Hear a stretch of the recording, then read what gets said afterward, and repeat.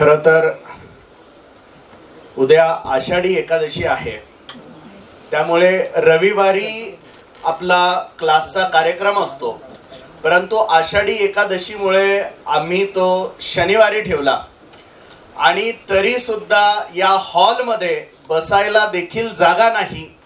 एवढ्या प्रचंड संख्येने आपण सगळे DCB बायोलॉजीचा जल्लोष यशाचा आणि निर्धार महानिकालाचा हा कार्यक्रम अटेंड करण्यासाठी वेळात वेळ काढून आपण सगळे आलात, त्याबद्दल एकदा स्वतःसाठी सगळ्यांनी टाळ्या वाजवायच्या. आणि बराच वेळ झालं तुम्ही एका जागेवर बसलेले आहेत, एकदा फक्त जोरदार घोषणा होऊन जाऊ द्या, थोडी एनर्जी आली पाहिजे.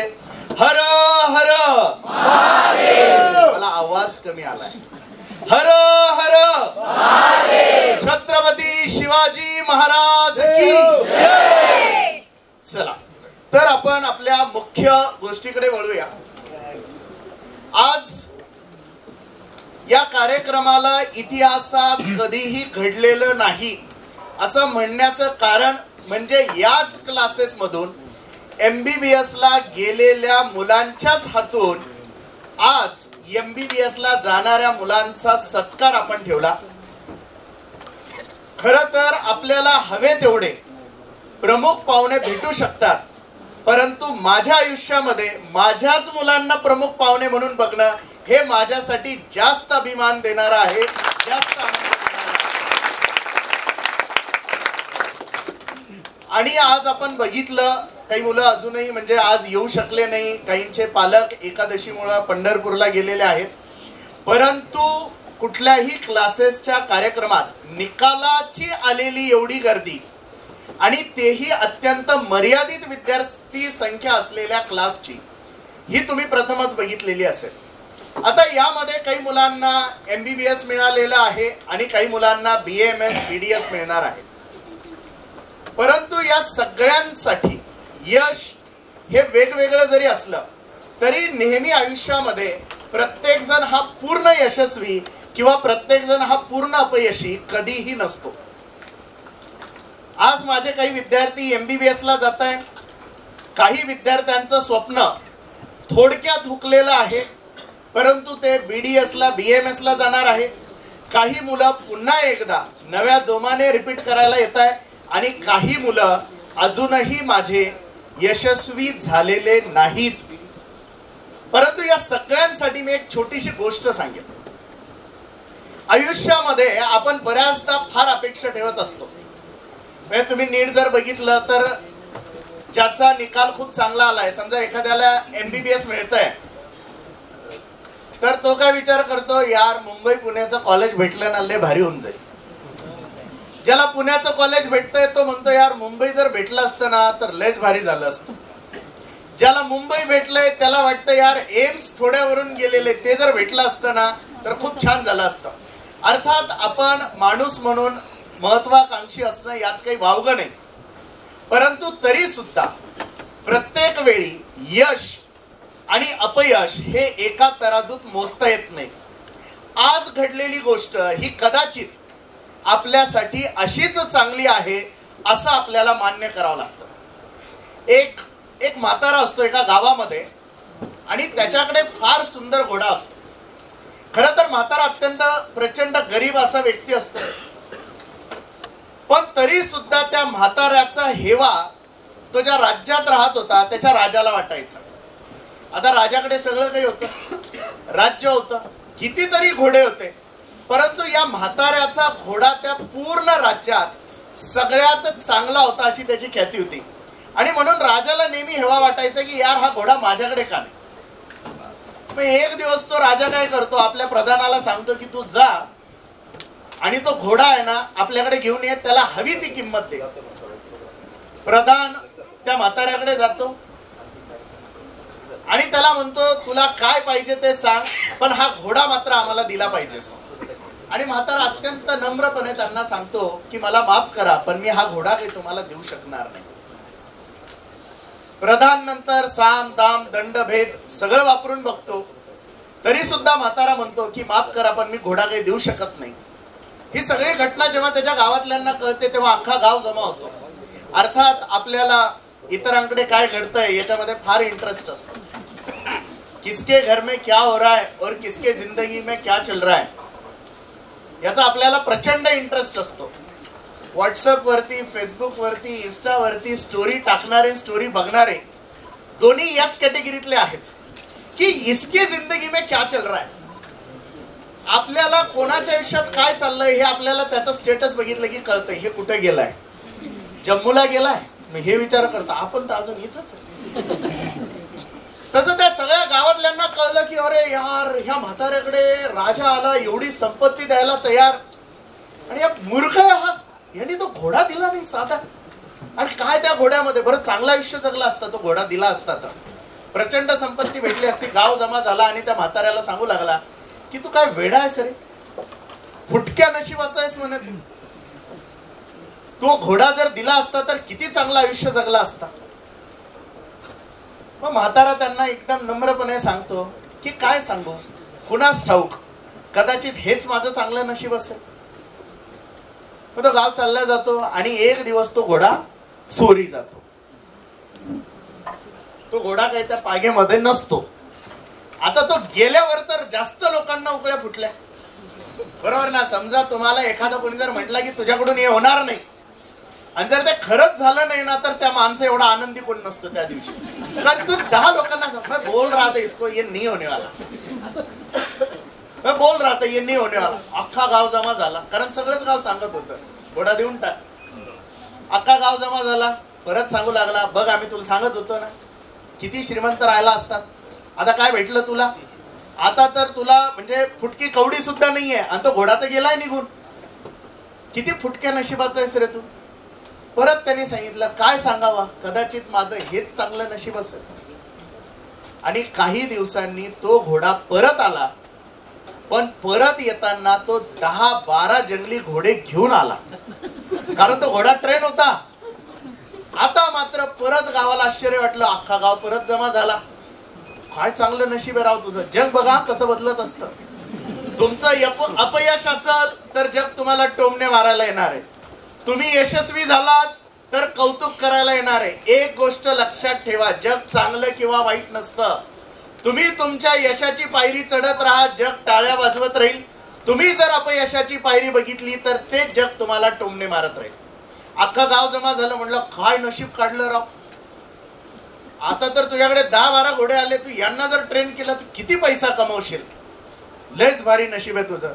परत म्हातारा नम्रपणे म्हटला, काय सांगावं, हे चांगलं नशीब आहे की वाईट नशीब आहे. आणि त्या म्हाताऱ्याला एकच मुलगा असतो. मग आता मुलगा म्हणतो की तुमच्याकडून तर काही होणार नाही, मी या सगळ्या घोड्यांना ट्रेन करतो आणि यांना आपण विकू. म्हातारा म्हणतो ओके करूया. तो पोरगा ट्रेनिंग द्यायला लागतो आणि एक दिवस घोड्यावरून ट्रेनिंग देता देता ते पोरगा पडतं आणि त्याचा पाय मोडतो. परत गाव जमा होतो. काय नशीब वाईट आहे यार तुझं. हे घोडे जर विकले गेले असते तर किती पैसे भेटले असते तुला. तुला ट्रेनिंग देता येत नाही, जे पोरग देणार होतं त्याचा पाय मोडलाय, म्हणजे आता हे घोडे तुझ्या काही कामाचे नाहीये. काय वाईट नशीब आहे. परत म्हातारा नम्रपणे म्हटला, काय सांगावं, कदाचित हेच चांगलं असेल. आणि एक दिवशी त्या गावामध्ये राजाचे सरदार आले आणि त्या गावातल्या सगळ्या तरुणांना बांधून घेऊन गेले. आणि त्याचं कारण असं होतं, त्या राज्याचं बाजूच्या राजासोबत भांडण झालं, युद्ध पेटलं आणि त्या युद्धामध्ये याचे जवळपास सैनिक मारल्या चालले होते. म्हणून मरायला दुसरे सैनिक पाहिजे म्हणून अख्ख्या गावातले तरुण घेऊन गेले. परत अख्खा गाव रडायला लागला. म्हाताऱ्याकडे आला, काय नशीब आहे यार तुझं. अख्ख्या गावातले पोरं मरायला गेलेले, एकटं तुझं पोरग घरी आहे.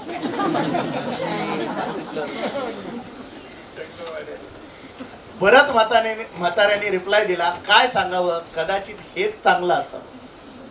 आयुष्यामध्ये असंच असतं बेटा. आपल्याला काही गोष्टी भेटणार आहेत आणि काही गोष्टी भेटणार नाही आहेत. जेव्हा केव्हा आपण एखाद्या स्पर्धा परीक्षेची तयारी करत असतो त्यावेळेला यश आणि अपयश या नाण्याच्या 2 बाजू आहेत आणि त्या सहन करण्याची ताकद आपल्यात असली पाहिजे. आणि आज जरी माझ्या आयुष्यात एखादी गोष्ट वाईट घडत असेल तरी उद्या ती खूप चांगली घडणार आहे, आणि आज जरी माझ्या आयुष्यात खूप चांगलं घडत असेल तरी उद्याच्या येणाऱ्या संकटासाठी मी सावध राहिलं पाहिजे. ही सगळ्यात महत्त्वाची गोष्ट आयुष्यात प्रत्येक विद्यार्थ्यासाठी. कारण कुठलीही गोष्ट या जगामध्ये परमनंट नाही आहे, कुठलीच गोष्ट परमनंट नाही आहे. फक्त एक गोष्ट तुमच्या आयुष्यात परमनंट आहे, ती म्हणजे तुमचं ज्ञान, तुमचं शिक्षण आणि तुम्हाला मिळालेली डिग्री. बऱ्याचदा काही मुलांमध्ये पोटेन्शियल असतं, ते MBBS ला जाऊ शकतात, परंतु पालक परिस्थितीमुळे किंवा इतर कारणांमुळे मुलांना रिपीट करू देत नाही. अर्थात मी सुद्धा मुलांना फार वेळेस रिपीट करणं हे कधीच सजेस्ट करत नाही, परंतु ज्या मुलांमध्ये पोटेन्शियल आहे त्यांना आपण हे करू दिलं पाहिजे. कारण या जगामध्ये तुमचे आई वडील तुमच्या सोबत परमनंट नाही आहे, तुमचे भाऊ बहीण तुमच्या सोबत परमनंट नाही आहे, तुमचे मित्र तुमच्या सोबत शेवटच्या क्षणापर्यंत नाही आहे.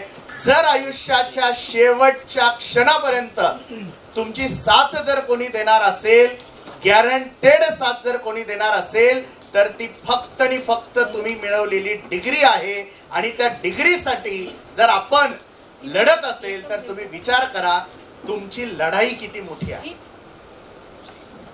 बऱ्याचदा मुलांना वाटतं की यार नीट करतोय खूप सोपं आहे, बायोचा अभ्यास सोपा आहे, पण असं नसतं.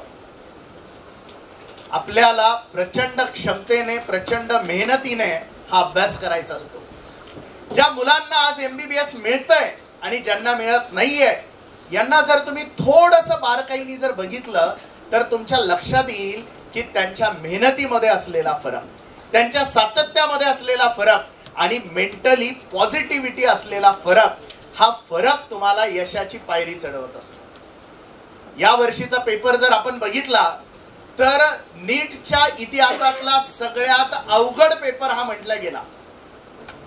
सगळे क्लासेसवाले परेशान होते, परंतु DCB बायोलॉजीनी अशा परिस्थितीत सुद्धा आपला सर्वोत्तम निकाल आणि आपल्या निकालाचा स्थापनेपासूनचा चढता आलेख कायम ठेवला. आणि यामध्ये जितका वाटा आमचा असेल DCB बायोलॉजीचा, त्याच्यापेक्षा जास्त वाटा माझ्या या मुलांच्या मेहनतीचा आहे. एकदा जोरदार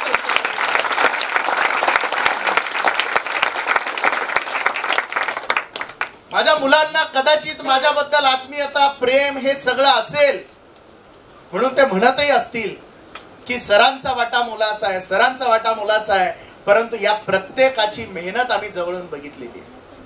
या प्रत्येकाचे अश्रू आम्ही जवळून बघितलेले आहे. या प्रत्येकाच्या आयुष्यात येणारे संकट आम्ही जवळून बघितलेले आहे. आणि एवढ्या कठीण परिस्थितीतून निकाल देणारे हे माझे गुणवंत शिलेदार आहेत. त्यामुळे मलाच काय, आमच्या पूर्ण DCB टीमला या विद्यार्थ्यांचा सार्थ अभिमान आहे. आणि येणाऱ्या काळामध्ये माझे बसलेले जे समोरचे विद्यार्थी आहेत, जे आज 11वीत आहेत, 12वीत आहेत आणि रिपीटरला नव्याने आलेले आहेत, या सगळ्यांना सुद्धा असाच मोठा निकाल आपल्याला देण्यासाठी हा निर्धार महानिकालाचा आहे. प्रत्येकाला वाटतं की मला निकाल द्यायचा, प्रत्येकाला वाटतं मला निकाल द्यायचा, परंतु हा निकाल जर द्यायचा असेल तर याच्यासाठी काय लागतं, तर प्रॉपर प्लॅनिंग लागतं, प्रचंड मेहनत लागते, प्रचंड अभ्यास लागतो, सातत्य लागतं आणि प्लॅनिंग सोबत त्याचं प्रॉपर इम्प्लिमेंटेशन लागतं. या सगळ्या गोष्टी जर तुम्ही जर देत असाल तर यश हे तुम्हाला मिळणारच आहे. बऱ्याचदा आम्ही मुलांकडे बघतो, मला माझ्या 11वीच्या 12वीच्या आणि रिपीटरच्या मुलांना ही गोष्ट आवर्जून सांगायची. मी जसं सांगितलं की आम्ही मुलांमध्ये पोटेन्शियल बघत असतो की हा मुलगा किती यशस्वी होणार आहे. आणि बऱ्याचदा हे मुलं आपल्या पोटेन्शियलचा पुरेपूर उपयोग करत नाही. आपलं प्लॅनिंग तर करतात परंतु त्या प्लॅनिंग वरती चालत नाही. इच्छा तर भरपूर असते परंतु पाहिजे तेवढं यश मिळत नाही. आणि मग हे सगळं होण्याचे कारण काय असतात? एक म्हातारा एका गावातून जात असतो आणि त्याच्याकडे 3 मोठ्या थैल्या असतात, प्रचंड वजनदार थैल्या असतात. आणि तो त्या गावातून जात असतो, त्याला शेजारच्या गावात जायचं असतं, तर तो त्या गावात विचारपूस करतो की बाबा रे माझं हे ओझं वाहणारं कोणी मला भेटेल का. आणि मग त्या गावामध्ये एक अत्यंत प्रामाणिक सचोटीने मेहनत करणारा एक तरुण असतो. तो तरुण म्हणतो बाबा मला जर काम दिलं तर मी ते करायला नक्की तयार आहे. तेव्हा तो म्हातारा म्हणतो की ठीक आहे, मी तुला 3 सोन्याचे नाणे देईल जर तू या 3 पैकी एक थैली घेऊन माझ्यासोबत बाजूच्या गावापर्यंत आला तर. पोरगा तयार होतो. पोरगा एक थैली स्वतःच्या खांद्यावर घेतो, चालायला लागतो. चालता चालता त्याला असं वाटतं की यार हा म्हातारा ना माझ्यावर अविश्वास दाखवतोय, हा सारखा माझ्यावर लक्ष ठेवतोय आणि याला डाऊट आहे हा पळेल की काय. तो मुलगा थांबतो आणि त्या म्हाताऱ्या आजोबाला विचारतो बाबा काय प्रॉब्लेम काय, तुमचा माझ्यावर विश्वास नाही आहे का. ते म्हणे विश्वास या जगात कोणावर ठेवू रे, त्याच्यामध्ये कास्याचे नाणे आहेत जे प्रचंड महागडे आहेत आणि ते तू घेऊन पळून तर जाणार नाहीस ना. तेव्हा तो मुलगा रिप्लाय देतो की नाही बाबा, मी फार प्रामाणिक काम करणारा व्यक्ती आहे, मला माझी मजुरी भेटली की मी खुश आहे, मला तुमचं काहीच नको. आणि तो मुलगा चालायला लागतो. त्याला विचार येतो की यार एवढी नाणी आहेत, इतकं वजन आहे, घेऊन गेलो तर खरंच आपली मजा होऊन जाईल. पण त्याच्या मनातून येणारा एक प्रामाणिक आवाज त्याला हे करू देत नाही आणि तो चालत राहतो. पुढे गेल्यावरती एक नदी आडवी येते. मुलगा नदीतून चालायला लागतो तेव्हा म्हातारा त्याला आवाज देतो आणि म्हणतो अरे बाळा थांब, माझं वय फार आहे, एवढे 2 वजनदार थैले घेऊन मी ही नदी क्रॉस करू शकणार नाही. एक अजून थैला जर तू जर माझ्याकडचा घेतला तर मी तुला अजून 3 सोन्याची नाणी देईल. मुलगा तयार होतो, म्हणतो ठीक आहे बाबा, मी घ्यायला तयार आहे. परत म्हातारा म्हणतो पण हे घेऊन तू पळून तर जाणार नाहीस ना. तो मुलगा विचारतो असं काय याच्यामध्ये की तुम्ही एवढा अविश्वास दाखवताय, मी तर प्रचंड प्रामाणिक आहे, मी तुम्हाला आधीच सांगितलंय. तेव्हा म्हातारा म्हणतो की अरे बाबा याच्यात चांदीचे नाणे आहेत. मुलगा म्हणतो ठीक आहे, मी तर काही पळणार नाहीये, तुम्ही द्या माझ्याकडे. दुसरा थैला मुलगा घेतो. नदी पार करतात. एक थैला आजोबाकडे आहे, 2 थैले मुलाकडे. नदी पार करताना मुलाला बऱ्याचदा विचार येतो मी जर हे घेऊन पळालो तर या म्हाताऱ्याला तर मी सापडणारही नाही, हा कसा माझ्या मागे लागणार आहे. पण त्याचा प्रामाणिकपणा असतो, तो काही ते करत नाही. पुढे गेल्यावरती एक डोंगर येतो. म्हातारा थांबतो, मुलगा मागे वळून बघतो, आजोबा थांबलेत. तो परत येतो, म्हणतो बाबा काय झालं. म्हातारा म्हणतो की यार माझं वय फार झालंय, 3रा थैला मी काही वर नेऊ शकणार नाही, तू जर हा पण थैला घेतलास तर मी तुला अजून 3 सोन्याचे नाणे देईल, पण तू पळून तर जाणार नाहीस ना. मुलगा चिडतो आणि म्हणतो बाबा किती वेळा सांगायचं तुम्हाला, मी प्रचंड प्रामाणिक आहे, मी मेहनतीने कष्ट करून पैसे कमवतो, जर मला पळूनच जायचं असतं तर मी पहिल्याच पिशवीला पळून गेलो असतो, इथपर्यंत आलोच नसतो. ते म्हणता नाही रे बाळा, कारण या 3ऱ्या थैल्यात सोन्याचे नाणे आहेत. आता मात्र मुलगा तो 3रा थैला उचलतो आणि चालायला लागतो. आता त्याच्या डोक्यात विचार सुरू होता, तसाही हा म्हातारा, याला एवढ्या पैशांचं काम तरी काय, याच्या आयुष्यात तर यांनी सगळं जगलंय, पण माझं तर आयुष्य बाकी आहे ना. मला चांगली मुलगी भेटेल लग्नाला, माझं चांगलं आयुष्य होईल. आणि हे विचार त्याच्या डोक्यात थांबत नाही आणि प्रामाणिक असलेला तो तरुण ते 3ही थैल्या घेऊन पळतो. आता म्हातारा तर काही त्याचा पाठलाग करू शकणार नव्हता. हा तरुण थांबत नाही, थेट घरी जातो. घरी जातो, पहिला थैला उघडतो, त्याच्यामध्ये सगळे दगड भरलेले असतात. त्याला राग येतो. त्याला वाटतं परीक्षा घेण्यासाठी पहिल्यात दगड ठेवले असतील, दुसऱ्यात काहीतरी असेल. दुसरा उघडतो, त्याच्यातही दगड आहेत. 3रा उघडतो, त्यातही दगड निघतात. परंतु 3ऱ्या थैल्यामध्ये एक पत्र लिहिलेलं असतं आणि त्या पत्रात हे लिहिलेलं असतं की मित्रा, मी या राज्याचा राजा आहे, परंतु मला मुलगा नाही. मला या राज्यासाठी एक प्रामाणिक वारस हवा आहे आणि म्हणून मी हे सगळे केलंय. जर तू हे थैले घेऊन पळालेला नसशील तर राजमुकुट तुझा आहे, आणि जर तू पळालेला असशील तर तुझ्या हातून राजमुकुट गेलेला आहे. आपल्या आयुष्यात सुद्धा आपले पालक आपल्याला हे 3 थैले देत असतात. एक, मोबाईल. पहिल्यांदा पालक मोबाईल देतात, मुलाला विचारतात वाईट वापर तर नाही करणार ना. मुलगा म्हणतो नाही नाही पप्पा, मी कसा वाईट वापर करणार आहे, मला फक्त लेक्चर तर करायचे आणि तुम्हाला माहिती आहे ना मी किती प्रामाणिक आहे. दुसरा थैला असतो गाडी. पालक विचारतात क्लासेसलाच जायचंय ना तुला. मुलगा म्हणतो मग माझा क्लासला रिक्षाने जाण्या येण्यात किती वेळ वाया जातो. जर तुम्ही मला गाडी दिली तर मी 10 मिनिटात क्लासला पोहोचेल, 10 मिनिटात घरी येईल, माझा वेळ वाचेल, माझा प्रचंड अभ्यास होईल. आणि तिसरा थैला असतो ते म्हणजे आपले मित्र, आणि स्पेशली अपोजिट जेंडर असलेले मित्र.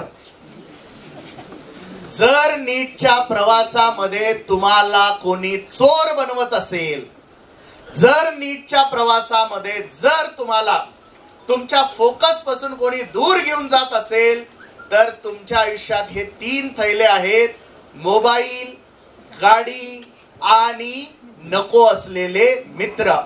जर हे 3 गोष्टी जर तुम्ही टाळल्या तर तुम्ही आयुष्यामध्ये कधीही चोर बनणार नाही आणि तुमच्या सुद्धा डोक्यावरती नीटचा मेडिकल सीटचा मुकुट येईल, अंगावरती ॲप्रॉन येईल आणि गळ्यामध्ये स्टेथोस्कोप येईल.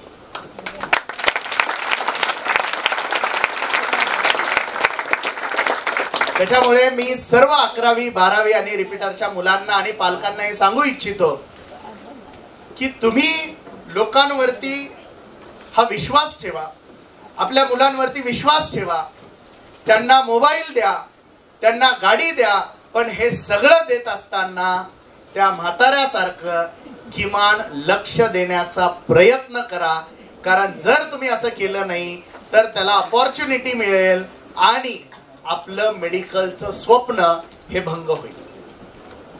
बऱ्याचदा आम्ही ऑब्झर्व करत असतो पोरांमध्ये प्रचंड पोटेन्शियल असतं, फार मेहनत करू शकता, पण या 3 गोष्टी त्यांना त्यांच्या फोकस पासून, त्यांच्या निकालापासून दूर नेत असतात. एक गोष्ट कायम लक्षात ठेवा कि हर कोशिश से सफलता नहीं मिल पाती, हर कोशिश से शायद सफलता नहीं मिल पाती, लेकिन हर सफलता का कारण एक अच्छी कोशिश होती है, एक अच्छी कोशिश होती. परंतु आपले मुलं काय करताय, आपल्या मुलांना हे नको आहे. मुलांना मेडिकलची सीट पाहिजे, सगळं पाहिजे, स्वप्न बघायचंय, पण प्रामाणिक मेहनत करायची नाहीये. आणि त्यामुळे ज्या मुलांना यश मिळत नाही, ज्या मुलांच्या टेस्टमध्ये मार्क कमी असतात, मी त्यांच्या पालकांना रिक्वेस्ट करेल की तुम्ही एकदा चेक तर करा की आपले पोरं नेमके कोणते थैले घेऊन पळायलेत. एकदा तपासा तर की आपले मुलं नेमके कोणते थैले घेऊन पळतात. काही मुलांमध्ये मी तुम्हाला खोटं नाही सांगत, इतकं जबरदस्त पोटेन्शियल असतं, एवढी ताकद असते की म्हणजे माझ्याकडे अशी काही मुलं होते की ज्यांचा आज निकाल आल्यामुळे जरी मी त्यांचा सत्कार केला असेल तरी मी त्यांच्या निकालावरती सॅटिस्फाईड नाही आहे. त्याचं रिझन आहे की त्यांचं पोटेन्शियल त्यापेक्षा जास्त होतं, प्रचंड जास्त निकाल ते आणू शकत होते, परंतु या 3 पैकी कुठल्या तरी एका गोष्टीमध्ये गुंतल्यामुळे त्यांना अपेक्षित यश आणता आलेलं नाहीये आणि याचं फार दुःख होत असतं. एक माती काम करणारा माणूस असतो, तो आपलं माती खोदायची, गाढवावरती लादायची आणि ती नेऊन टाकायची, असं साधं काम करणारा एक माणूस असतो. आणि त्याला एक दिवस माती काम करता करता एक चमकणारा खडा मिळतो. आता तो शेवटी माती काम करणारा मजूर व्यक्ती आहे, त्याला तो खडा मिळतो, तर तो काय करतो, तो खडा आपल्या गाढवाच्या गळ्यात बांधतो. तेवढंच त्याला आनंद वाटायचा, बा आपल्या गाढवाच्या गळ्यात काहीतरी आहे. तो गळ्यात बांधतो आणि तो घेऊन जायचा माती वगैरे. एक दिवस एक किराणा दुकानदार होता, तो त्या माणसाला विचारतो, अरे इकडे ये रे, ते काय त्या गाढवाच्या गळ्यात मला बघू दे. तो माणूस म्हणतो काही नाही, ते चमकणारा खडा आहे आपला, सापडला, गाढवाच्या गळ्यात बांधलाय. तो म्हणतो एक काम करतो का, हा खडा मला देतो का. देतो. किती मध्ये. $5 द्या म्हणे, मला देऊन टाकतो. तो माणूस म्हणतो ठीक आहे बाबा, आपल्याला $5 मिळतात, बरोबर ना. तो काय करतो, ते खडा देऊन टाकतो. खडा दिल्यावर आता किराणा दुकानदार काय शहाणपणा करतो, तो काय करतो, त्याचा जे तराजू असतो ज्याच्यावरती तो सामान मोजायचा, त्या तराजूला तो खडा बांधतो. आणि त्यालाही बिचारायला आनंद वाटायचा की आपल्या तराजूला काहीतरी आपण वेगळं लावलेलं आहे. एक दिवस तिथे एक सोनार येतो आणि तो पाहतो बारकाईने. त्याच्या लक्षात येतं की हा साधा सुधा खडा नाही, तर हा हिरा आहे. आणि मग तो काय करतो, त्या दुकानदाराला म्हणतो हा खडा मला दे. तो दुकानदार म्हणतो की ठीक आहे मी देईल, पण तू याचे मला पैसे किती देशील. तो काय नाही, तुला किती पाहिजे ते सांग. आता हा दुकानदार असतो, 5 रुपयाची वस्तू घ्यायची, 10 रुपयात विकायची. त्याचा हिशोब सरळ होता ना. तो म्हटला 5 रुपयाचा खडा घेतलेला आहे, $5चा, याला $10 मध्ये विकतो. म्हणतो $10. सोनार म्हणतो नाही नाही, तू खूप जास्त सांगायला, मी $7 तुला देऊ शकतो. आता किराणावाला म्हणतो कशाला उगा $2 शकतो. म्हणतो जा, मला नाही द्यायचंय तुला. आता या सोनाराला काय वाटतं, कुठे जाणार आहे हा. आज जर आपण याला असं नाटक केलं की देतो का नाही, नाही तर चाललो मी, तर एखाद्या वेळेस देऊन टाकेल. तो सोनार आहे ना, नाटक करून पाहतो, $7 देतो का, नाही तर चाललो मी. किराणावाला म्हणतो नाही मला नाही द्यायचा. हा चालले जातो. याला वाटतं कुठे जाणार आहे, उद्या येऊन घेऊ $10 मध्ये. 7 मध्ये दिला तर बरंच आहे. आणि हा गेल्यानंतर तिथं दुसरा एक सोनार येतो. तोही ओळखतो की अरे यार हा तर हिरा आहे. तो त्या दुकानदाराला विचारतो किती मध्ये द्यायचा. तो म्हणतो $10. तो म्हणतो हे घे $10 आणि देतो. किराणा दुकानदाराला काय माहित नसतं ना, त्याच्यासाठी हे सोपं लॉजिक होतं, जे $5 मध्ये मिळालंय ते $10 मध्ये द्यायचंय. तो सोनार ते घेऊन जातो. दुसऱ्या दिवशी नाही म्हटलेला सोनार वापस येतो. वापस येतो आणि त्याला म्हणतो तो कुठे गेला रे तो खडा, मला दे ना. तो म्हणतो नाही साहेब, काल एक जण आला होता, त्यांनी $10 मध्ये घेतला, मी देऊन टाकला. सोनार पागल होतो ना. अरे गाढवा, तुला काही अक्कल आहे का. अरे तो हिरा होता, हिरा, तू $10 दिला, किती मूर्ख आहेस तू. तो किराणा दुकानदार शांतपणे म्हणतो माझं सोड रे.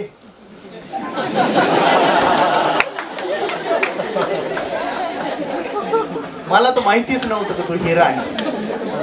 तू किती बिंडोक आहे, तुला माहिती असून तू घेतला नाही. आयुष्यामध्ये संधी अशा असतात. DCBच्या प्रत्येक विद्यार्थ्यांनी आपल्या स्वतःच्या आयुष्याला थँक्यू म्हटलं पाहिजे की तुम्हाला एवढे चांगले पालक मिळाले. पालकांची परिस्थिती कमी अधिक जास्त होऊ शकते. काही जणांकडे भरपूर संपत्ती असेल, काही जण गरीबही असतील, परंतु प्रत्येक पालकांनी तुम्हाला इथपर्यंत पोहोचवलंय, तुम्हाला एवढं चांगलं शिक्षण दिलंय, तुम्हाला एवढ्या चांगल्या क्लास पर्यंत त्यांनी आणलंय, तुम्हाला एवढी मोठी अपॉर्च्युनिटी क्रिएट करून दिली आहे की तुम्ही उद्या एकतर इथे नाहीतर इथे बसणार आहात. आणि एवढी मोठी संधी मिळूनही जे मुलं स्वतःला ओळखत नाहीये, तुम्ही विचार करा ते किती मूर्ख असतील. ज्या मुलांना आपल्याला मिळालेल्या अपॉर्च्युनिटीचा फायदा घेत नाही, पोटेन्शियल असून फायदा घेता येत नाही, पालकांनी सगळं उपलब्ध करून दिल्यावरही फायदा घेता येत नाही, ते मुलं स्वतःच्या आयुष्याचं सगळ्यात मोठं नुकसान करत असतात. त्यामुळे मी DCBच्या प्रत्येक विद्यार्थ्याला सांगेन की मित्रांनो, यश आणि अपयश हे एका रात्रीतून येत नसतं. त्याच्यासाठी अनेक रात्री झगडावं लागतं, अनेक मोह टाळावे लागतात, प्रचंड जिद्द आणि चिकाटी शेवटच्या क्षणापर्यंत टिकवून ठेवावी लागते. आणि तेव्हा कुठे जाऊन हे यश तुम्हाला मिळत असतं. तुम्हाला जसं सोंडगे सरांनी प्रास्ताविक मध्ये सांगितलं की DCB बायोलॉजी काय काय करतं, मी सगळ्या पालकांना सांगेल की DCB बायोलॉजी मुलांना ॲडमिशनच्या वेळेला प्रॉपर प्लॅनिंग देत असतं. DCB बायोलॉजी दर आठवड्याला टेस्ट घेतं. DCB बायोलॉजी टेस्ट झाल्यावरती पेपर डिस्कशन करतं. पेपर डिस्कशन झाल्यानंतर आम्ही प्रत्येक मुलाला भेटायला बोलवतो, त्या मुलांचे डाऊट सॉल्व करतो आणि या सगळ्या गोष्टी व्यवस्थित करून घेऊन आपण मुलांचा निकाल आणत असतो. एक पालक म्हणून आपली जबाबदारी नेमकी काय आहे? तुम्हाला फक्त DCBच्या कॉन्टॅक्ट मध्ये राहायचंय. माझा मुलगा वेळेवर येतो का? माझा मुलगा अभ्यास करतो का? टेस्टचे तुम्ही पाठवलेले मार्क याचे कमी का आहेत? माझा मुलगा तुमच्याकडे डाऊटला भेटला नाही का? माझ्या मुलांनी या आठवड्यात प्रिपरेशन केलेलं नव्हतं का? तुम्ही इतके प्रश्न विचारा. माझा एकमेव क्लास असेल, मी मुलांना सुद्धा वर्गात सांगतो, साधी 10 रुपयाची वस्तू जर आपण मार्केटमध्ये विकत घ्यायला गेलो आणि ती जर एखादा दुकानदार तुम्हाला 20 रुपयाला द्यायला लागला तर आपण त्याच्यासोबत फक्त 10 रुपयांसाठी भांडण करतो. ज्या महिला मंडळी इथे बसलेल्या आहेत, भाजीवाल्याकडून 2 रुपये कमी करण्यामध्ये आपल्याला प्रचंड समाधान मिळतं आणि आपले पोरं इथे हजारोंची फीस भरताय, ती वसूल करताय की नाही करत आहे याच्यावरती जर तुम्ही लक्ष दिलं नाही तर कसं चालेल? कुठलीही गोष्ट फक्त ऍडमिशन घेऊन होत नसते. जर तुम्ही आमच्या स्ट्रॉंग कॉन्टॅक्ट मध्ये राहिलात तर मुलाला या गोष्टीचं गांभीर्य असतं की मला विचारल्या जाईल, मला बोलल्या जाईल आणि त्यामुळे हे मुलं प्रचंड मेहनत करतात, आपल्या फोकसवरून हलत नाही आणि प्रचंड फोकस राहिल्यामुळे त्या मुलांचा निकाल येतो. निकाल कमी जास्त कदाचित येईल. आपला मुलगा प्रचंड हुशारही असेल, एखादा मुलगा कदाचित तेवढा हुशार नसेलही. मला माझा विद्यार्थी महत्वाचा असतो. आमच्यातले काही 1-2 विद्यार्थ्यांनी मला विचारलं, सर मग माझा पण सत्कार होणार आहे का? म्हटलं का रे बेटा, तुला असं का वाटतं की तुझा नाही होणार? नाही सर, माझे इतरांपेक्षा मार्क थोडे कमी आहे. DCB बायोलॉजी फक्त मुलांचे मार्क बघत नाही तर मुलांनी कुठल्या संकटातून हे यश मिळवलंय, मुलांनी कुठल्या मेहनतीतून हे यश मिळवलंय, या सगळ्या गोष्टींचा विचार करत असतं. आणि मला माझा निकाल आलेला मुलगा जितका महत्वाचा असतो तितकाच मला माझा निकाल न आलेला मुलगा सुद्धा प्रिय असतो. कारण आज त्याच्याकडून चूक झाली असेल, कदाचित उद्या तो चुकणार नाही. DCB बायोलॉजी तुम्हाला एक खात्री नक्की देऊ शकेल की तुमच्या मुलाचा निकाल कदाचित कमी जास्त येईलही. जसं सरांनी तुम्हाला सांगितलं, भारतभरामध्ये 22-23 लाख मुलं एक्झाम देतात, 50,000 मुलांना फक्त गव्हर्नमेंटची सीट मिळते. तसा जर आपण नीट अर्थ जर बघितला तर साधारणतः 2% रिझल्ट हा ऑल ओव्हर इंडिया येत असतो आणि DCB बायोलॉजी तब्बल 8.5% रिझल्ट, म्हणजे लोकांपेक्षा 4 पटीने जास्त आपण निकाल देतो. हा निकाल पालक, विद्यार्थी आणि शिक्षक आपल्या तिघांचा निकाल असतो. त्यामुळे मी सगळ्या पालकांना विनंती करेल की आपण वारंवार DCBला भेट द्या. तुम्ही भेट दिल्याने आम्हाला त्रास होणार आहे, आमचा वेळ जाणार आहे. तुमच्या मुलांना आम्ही जाहीर असं सांगितलं आणि तुम्हाला जर सांगितलं तर तुम्ही 10 वेळेस त्यांना विचारणार आहे, तू गेला का सरांकडे, गेला का सरांकडे? याचा आम्हाला प्रचंड त्रास होणार आहे. परंतु हा त्रासच उद्याचा निकाल असेल म्हणून आम्हाला हा त्रास सुद्धा प्रिय आहे. त्यामुळे मी सर्व विद्यार्थ्यांना विनंती करेल की बेटा, आज आपण ज्या मुलांसाठी हा कार्यक्रम ठेवला, जल्लोष यशाचा, तसा तुमचाही हा कार्यक्रम होता. कारण या कार्यक्रमात आपण निर्धार करणार आहोत महानिकालाचा. आपल्याला सगळ्यांना ठरवायचं आहे की हो, आज जे मुलं इथे फेटे बांधून बसलेले आहेत, उद्या मी सुद्धा तिथं असेल. आज जे मुलं स्टेजवरती बसलेले आहेत, उद्या मी सुद्धा तिथं असेल आणि माझा सुद्धा महानिकाल मी DCB बायोलॉजी मध्ये मिळवणारच, ही शपथ घेऊन तुम्हाला इथून जायचं आहे. जसं विद्यार्थ्यांनी सांगितलं की तुम्हाला फार प्लॅन करण्याची गरज नाहीये, कारण आम्ही आमचा प्लॅन हा प्रचंड मेहनतीने, प्रचंड एक्सपिरियन्सनी, आमच्या अनुभवातून बनवलेला असतो. आम्हाला हे सगळं करत असताना कित्येक अडचणी येतात. सरांनी जसं टेस्टाथॉनचं तुम्हाला सांगितलं, तब्बल 85 दिवस टेस्ट चालू होत्या. कधी कधी माझ्या सोबतच्यांना थोडाफार माझा राग येतो की यार हे काय माणूस आहे, सोडायलाच तयार नाहीये. रविवार असला तरी सुट्टी नाहीये, हा दिवस असला तरी सुट्टी नाहीये, टेस्ट आहेच, हे आहेच, तेच आहेच. परंतु आमचं असणं हे फक्त आणि फक्त विद्यार्थ्यांमुळे आहे. त्यामुळे माझ्यासाठी माझे सहकारी प्रिय आहेतच, याबद्दल कुठलाच वाद नाही.